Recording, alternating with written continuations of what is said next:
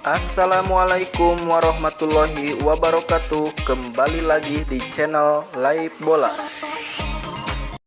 Piala AFF 2020 telah selesai. Meskipun begitu, Sintayong pantang untuk beristirahat.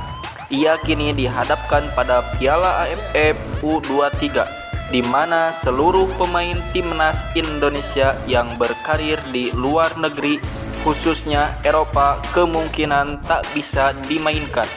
Itu artinya Elkan Bagot dan Asnawi Mangkualam misalnya berpeluang besar absen membela timnas Indonesia pada Piala AFF U23 nanti. Sintayong menyadari adanya tekanan dan beban besar yang bakal dihadapi olehnya dan Garuda Muda, karena timnas Indonesia U23 merupakan juara bertahan di Piala AFF U23. Apalagi timnas Indonesia U23 tak akan menggunakan pemain yang bermain di klub luar negeri. Namun Sintayong menaruh keyakinan pada pemain klub lokal untuk mempersembahkan gelar untuk timnas Indonesia.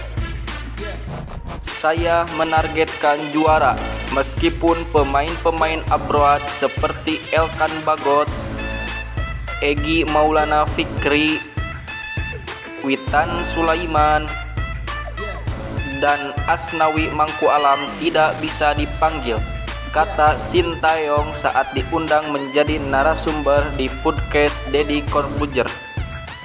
Besar kemungkinan Elkan Bagot tak akan kembali ke skuad Sintayong.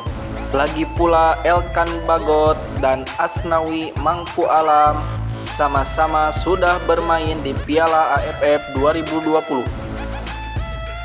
Untuk Witan Sulaiman dan Egy Maulana Fikri cenderung mirip dengan apa yang dialami Elkan dan Asnawi.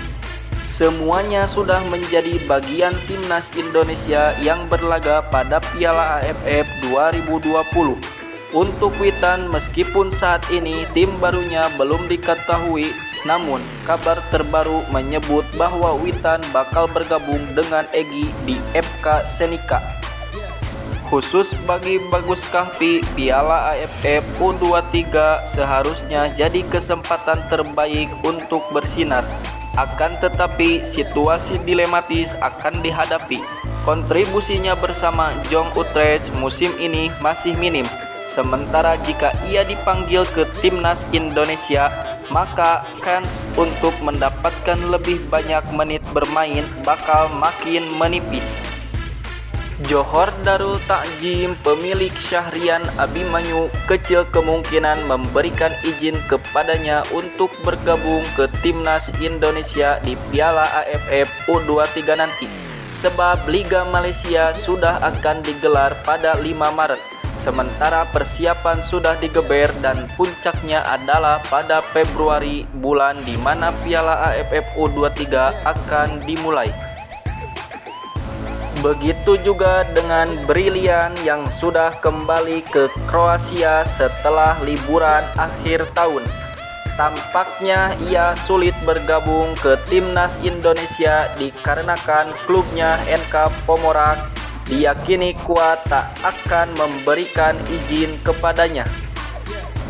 David Maulana yang juga berkarir di NK Pomorak juga sama seperti Brilian. Bahkan ia kini mulai rutin main di tim utama, sehingga kemungkinan besar Sintayong tak akan memanggilnya.